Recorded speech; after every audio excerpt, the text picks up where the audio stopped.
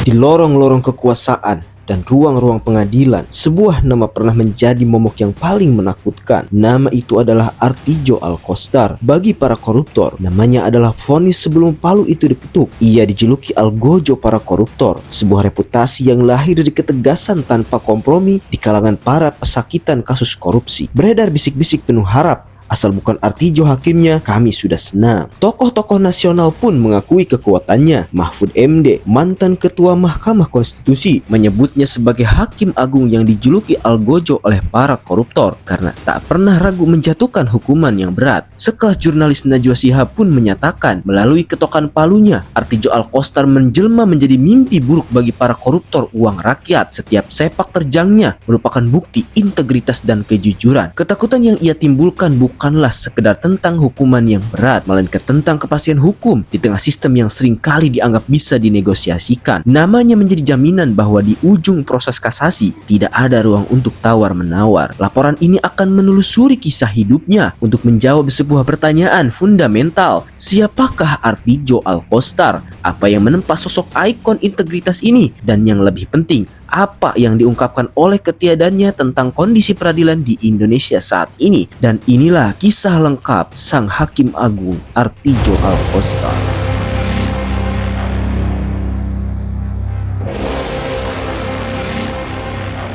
Pada 22 Mei 1948 di Situbondo, Jawa Timur, lahirlah seorang anak yang bernama Artijo Alkostar dari orang tua yang berasal dari Sumeneb, Madura. Ia tidak lahir dari keluarga yang kaya atau berkedudukan tinggi. Ia adalah anak seorang petani di pesisir selat Madura, tumbuh dalam kesederhanaan yang menanamkan nilai-nilai tradisional yang kuat. Latar belakang ini membentuk perspektifnya, memberinya kemampuan untuk memahami denyut nadi rakyat biasa dan merogoh pelajaran dari setiap peristiwa kehidupan.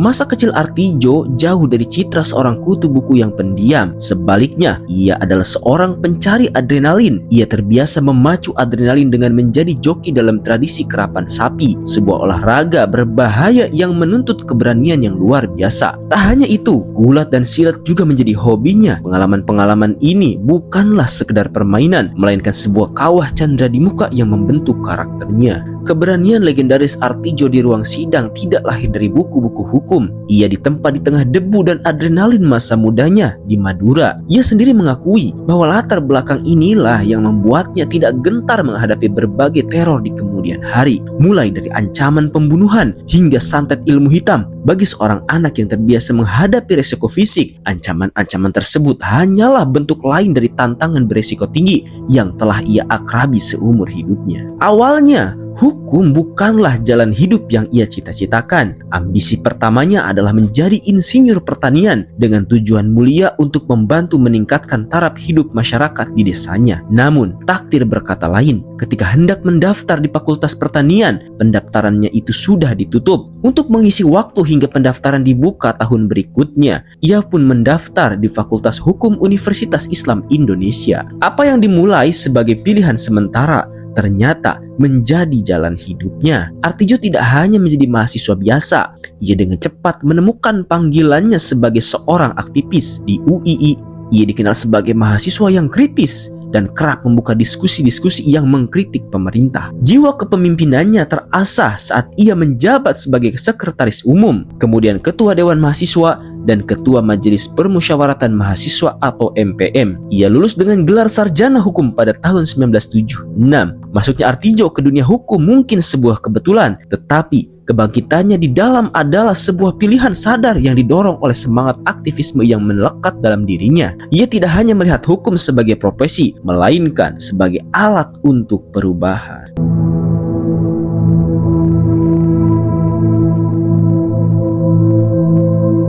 Setelah lulus, Artijo tidak memilih jalur karir yang menjanjikan kekayaan. Ia memulai pengabdiannya di Lembaga Bantuan Hukum atau LBH Yogyakarta pada tahun 1981. Disinilah idealismenya diuji oleh realitas. Ia dengan cepat menanjak menjadi wakil direktur pada 1981 sampai 1983 dan akhirnya direktur LBH Yogyakarta dari tahun 1983 hingga 1989. Di LBH, ia berada di garis depan menangani kasus-kasus yang paling berbahaya dan sensitif secara politik pada era Orde Baru. Ia menjadi penasihat hukum bagi mereka yang dituduh dalam kasus komando jihad, membela korban pembunuhan misterius seperti Petrus di Yogyakarta, menangani kasus pembantaian Santa Cruz di Timur Timur yang sekarang menjadi Timor Leste, di mana nyawanya sendiri nyaris terancam, serta kasus pembunuhan wartawan Bernas Muhammad Syafruddin Udin. Ia menjadi pembela bagi mereka yang lemah dan dilemahkan oleh sistem itu sendiri. Periode di LBH menempa filosofi hukumnya seumur hidup. Ia menyaksikan langsung betapa gelapnya dunia peradilan di Indonesia. Sebagai seorang pengacara, ia sering kali kalah dalam persidangan. Alasannya sederhana namun fundamental. Ia menolak keras untuk menyuap hakim dan jaksa. Prinsip ini adalah harga mati baginya. Meskipun harus dibayar dengan kekalahan, pengalaman ini memberinya pandangan langsung tentang sistem peradilan yang ia sebut sebagai dunia hitam. Sebuah sistem yang menurutnya telah rusak oleh praktik suap. Pengalaman Fahid ini tidak membuatnya sinis dan ikut arus, justru semakin mengeraskan tekadnya bahwa satu-satunya cara melawan sistem yang korup adalah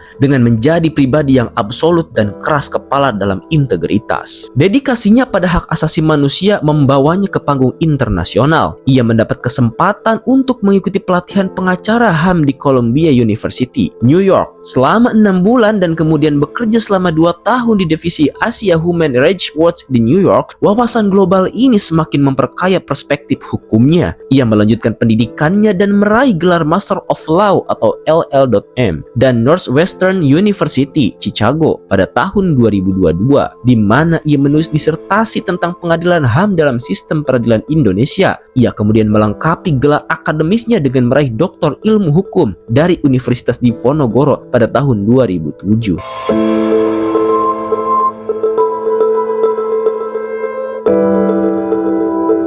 Pada tahun 2000, sebuah tawaran tak terduga datang, yaitu seorang Profesor Yusril Ihza Mahendra yang saat itu menjabat Menteri Kehakiman dan HAM, meminangnya untuk menjadi calon Hakim Agung.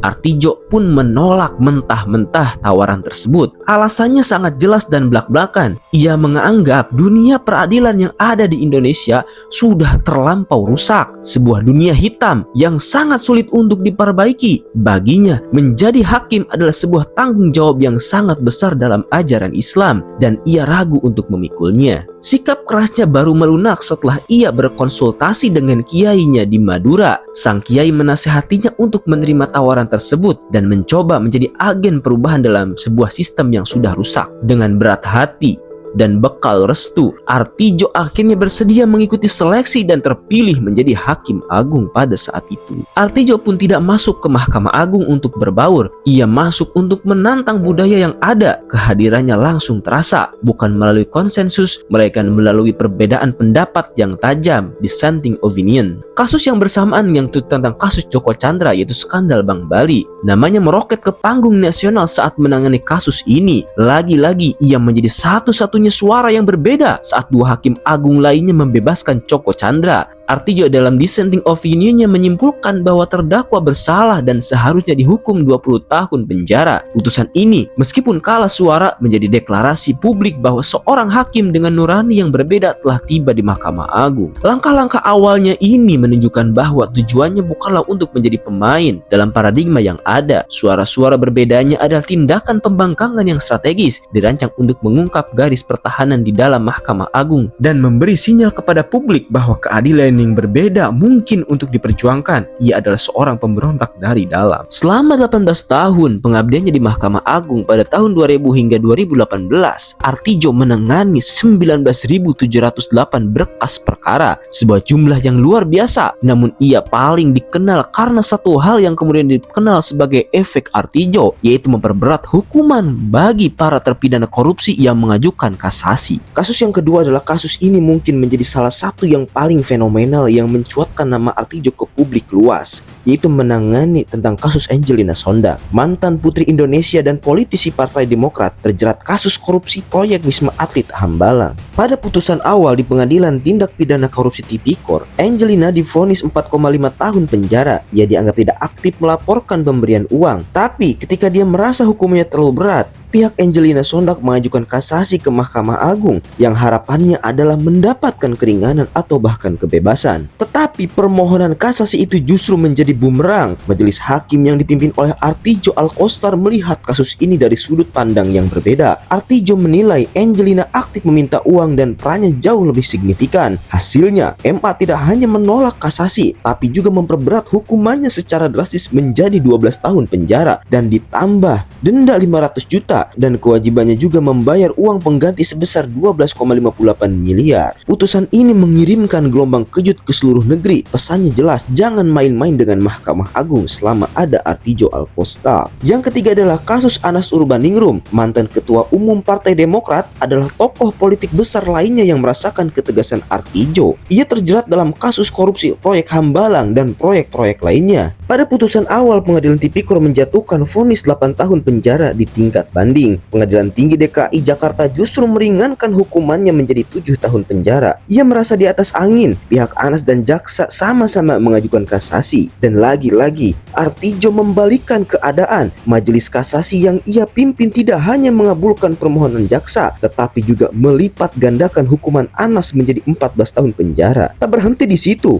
Artijo juga menambahkan hukuman denda 5 miliar dan uang pengganti lebih dari 57 miliar. Yang paling telak, majelis hakim mencabut hak politik Anas untuk dipilih dalam jabatan publik setelah ia selesai menjalani masa hukumannya. Ini adalah contoh sempurna bagi Artijo tidak hanya memenjarakan badan, tetapi juga mematikan karir politik para koruptor untuk mencegah mereka kembali ke tumpuk kekuasaan. Selain Anas Urbaningrum, ada juga Lutfi Hasan Ishak, mantan Presiden Partai Keadilan Sejahtera atau PKS, tersandung kasus korupsi kuota impor daging sapi. Kasus ini mengguncang citra partainya yang dikenal bersih. Pada pengadilan awal di Tipikor menghukum Lutfi dengan 16 tahun penjara dan ia berharap ada celah untuk keringanan untuk Lutfi mengajukan kasasi ke Mahkamah Agung. Dan di tangan Majelis Artijo, harapan itu pun pupus. Hukumannya diperberat menjadi 18 tahun penjara. Artijo dan majelisnya meyakini bahwa posisi Lutfi sebagai pimpinan partai politik dan anggota DPR memberikan bobot pemberat pada kejahatannya. Dan ada lagi salah satu kasus paling memilukan dalam sejarah peradilan Indonesia, yaitu Akil Mokhtar yang menjabat sebagai Ketua Mahkamah Konstitusi atau MK. Ia ditangkap karena menerima suap terkait sengketa pilkada. Pada putusan awal, Pengadilan Tipikor menjatuhkan vonis maksimal penjara seumur hidup. Akil Mokhtar mencoba peruntungan di tingkat kasasi, tapi Artijo Alkostar tanpa ragu sedikit pun menolak kasasi tersebut dan menguatkan vonis seumur hidup. Bagi Artijo, kejahatan yang dilakukan oleh seorang penegak hukum, apalagi seorang ketua MK, adalah pengkhianatan tertinggi terhadap keadilan dan tidak bisa ditoleransi sama sekali. Putusan ini menunjukkan bahwa ketegasannya tidak pandang bulu bahkan terhadap kolega di lembaga peradilan. Dan masih banyak lagi kasus-kasus yang ditangani oleh Artijo Alkostar seperti Ratu Atut Khosia, Irman dan Sugiharto, Budi Mulyadi, Labora Sitorus, dan kasus Freddy Budiman yang dihukum mati. Filosofinya jelas, ia memandang korupsi bukan sebagai kejahatan biasa, melainkan sebagai kejahatan yang sangat luar biasa yang menyebabkan kemiskinan struktural dan merusak masa depan bangsa sehingga tidak layak diberi ampun. Ia berpendapat bahwa hakim tidak boleh terikat pada tuntutan jaksa, melainkan harus memeriksa berdasarkan surat dakwaan yang memberinya keleluasaan untuk menjatuhkan hukuman yang lebih berat jika bukti-bukti mendukung. Ia sangat keras terhadap aparat pajak yang korup, menyebut mereka sebagai pagar makan tanaman, kanibalisme rakyat. Di balik ketegasannya, Artijo menyimpan sebuah frustasi mendalam. Cita-citanya yang belum terwujud untuk menjatuhkan hukuman mati bagi para koruptor kelas kakap. Ia mengkritik keras konstruksi hukum pidana mati untuk koruptor di Indonesia yang dianggap setengah hati dan tidak serius. Undang-undang mengaitkan hukuman mati dengan syarat-syarat yang sulit terpenuhi, seperti korupsi yang dilakukan saat negara dalam keadaan bahaya atau bencana alam. Ia membandingkannya dengan sistem di Tiongkok yang lebih jelas, misalnya berdasarkan ambang batas jumlah uang yang dikorupsi, dan menyimpulkan bahwa hukum di Indonesia memang tidak dirancang untuk benar-benar bisa menerapkan hukuman mati bagi para koruptor.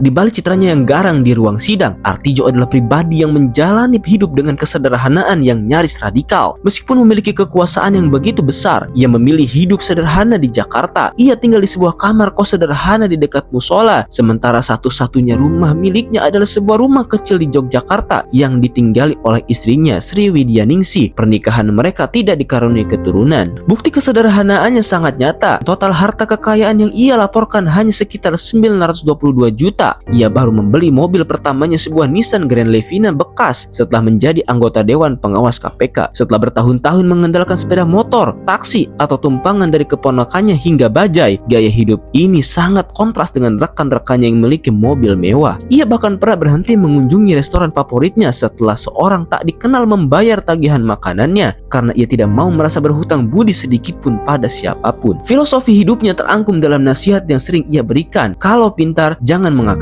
Baginya, kecerdasan harus digunakan untuk menjaga integritas, bukan untuk mencari celah hukum. Prinsip ini ia terapkan secara absolut. Ia pernah marah besar dan mengancam akan menyuruh tangkap seorang pengusaha yang menawarinya cek kosong untuk diisi sendiri nominalnya. Di pintu ruang kerjanya di Mahkamah Agung terpampang tulisan tegas, tidak menerima tamu yang ingin membicarakan perkara. Bahkan ia pernah menghukum keponakannya sendiri dengan menyuruhnya pulang selama 3 bulan setelah sang keponakan didekati oleh pihak yang ingin menyuap sebagai cara untuk melindunginya dari godaan. Kesederhanaan Artijo bukanlah sekedar pilihan gaya hidup, melainkan sebuah benteng pertahanan yang strategis dengan meminimalkan kebutuhan dan menolak segala bentuk gratifikasi materi maupun sosial. Ia membuat dirinya kebal terhadap senjata utama korupsi, yaitu sebuah godaan, dengan tidak menginginkan apapun yang bisa ditawari oleh para penyuap. Ia menjadi target yang mustahil untuk ditaklukkan.